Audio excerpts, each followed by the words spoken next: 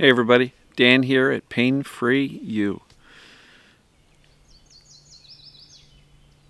So today I'm going to talk about the number one question you can ask yourself as you're going through recovery from your chronic pain or symptoms. The number one question. Number one. So enjoy the scenery. It's gorgeous.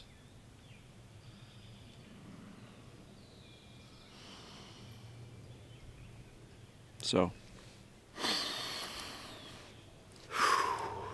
the number one question to ask as you're going through this recovery process, trying to teach your brain that you're okay and, kind of lock down the fact that your body's all right, not really causing all of these symptoms. Number one question to ask is, are the things I'm doing and thinking creating safety or danger? So if I'm avoiding everything, I am pretty much confirming the brain's perception of danger. If I am smiling, sitting outside, talking to friends, neighbors, really not talking about the symptoms much, and if I notice them, I kind of, well, okay, they're still there. Not a big deal. Those would be creating safety, like, hey, I'm actually all right. And it's a really powerful question because every time, I see comments all the time. Dan, should I be doing this? Or is that going to sabotage my recovery? How about that? Would that be okay? Are the things I am thinking and doing creating danger or safety? What's the intention behind it? Am I taking an over-the-counter pain med because I love myself and, hey, I'm going to make my day a little bit easier because this gives me a little relief? Or am I taking it because I'm terrified of the symptoms and the pain? I'm running away from it, like, oh my God, I hope this works. That would be creating danger, but with the intention of looking at, an over-the-counter as a method of self-kindness and saying, I know what's going on. I know that, it's the perception of danger that is creating the symptoms. So I'm not concerned with it. Right? That would be creating safety. So, if you're thinking about getting back into activity, I know some people are like, I'd love to get back to the gym, but I don't know if I should. Well, what are you predicting when you go to the gym? Are you predicting horrible things? Are you predicting that, well, I know what's going on, I'm not concerned, and therefore it should go well? What are the things you're doing and thinking? And part of thinking is predicting and expecting. So if you're walking out the door expecting it to go awful, you're creating more danger with your secondary fears, right? And so ask yourself, how can I create safety in doing something, like going to the grocery store? We can start by expecting the best. Watch a quick little movie in your head of me going to the grocery store, wandering the aisles, putting things in the cart, checking out, everything going well, getting everything back in the house, putting everything away, and cooking dinner, and expecting that to go well, right? Doesn't matter whether you've got pain, other symptoms, fatigue, migraines, reflux, you name it. Doesn't matter what your symptoms are. You can still always expect the best. And here's the key. It's not always going to go the way you want or the way you predicted. But that's okay, because if you've got the foundational skills and knowledge of, I know it creates symptoms, and it's the perception of danger, it's not actual danger. And I know that that applies to me because I've done the assessments, correct?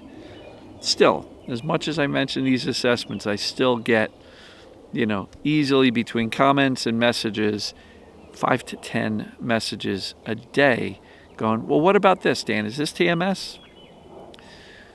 Do the assessment. Is this TMS.com? Is this TMS.com? That will give you the answer. Because I can't answer you because I don't know how your symptoms are behaving. So do the assessments, folks. Is this TMS.com? And run whatever you're dealing with through the assessments per symptom. That way you got a really granular look at, well, what symptoms are TMS and which aren't. And some are going to behave more like TMS than others.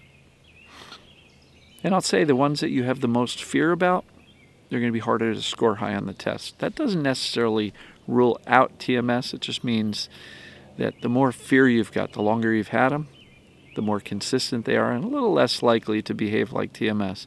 But please don't write it off.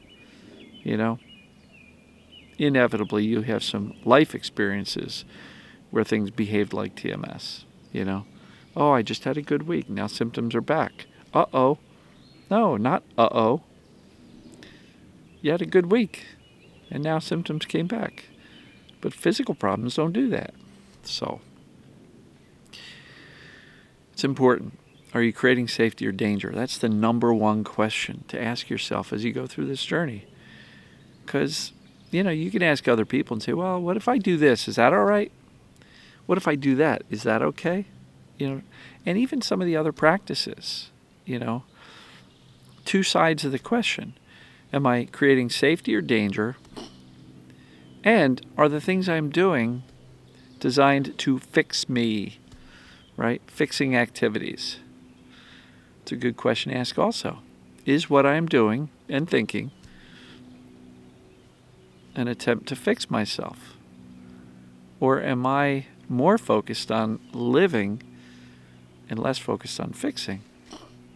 And I get it. You're watching these videos. You're trying to get the right mindset. And you're doing all that to eliminate your symptoms. I get it. And in theory, that could mean everything we're talking about here is a fixing activity.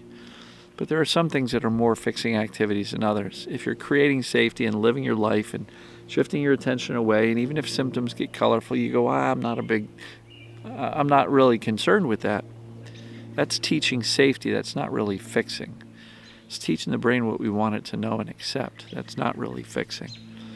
If you're laying on the floor, rolling on a foam roller because your lower back is tight, that's fixing. You know, if you're going to the physical therapist and they're working on the body part that usually hurts you, that's fixing, right? Is that activity that you're doing creating more safety or perception of danger? I would say something like a physical therapy would likely create more danger because you are teaching the brain, we're working on that body part must be the problem. So the number one question you got to ask yourself is what I am doing and thinking creating safety? If not, how can you shift and do something slightly different so that you are creating safety? Does that make sense? I certainly hope so. So, here we go. Recording this on a Thursday night. It's so quiet here. It's still May. Things will pick up a little bit more in June, and July and August really get popping. Lots and lots of people out on the water. So I'm just here for from now till June 27th.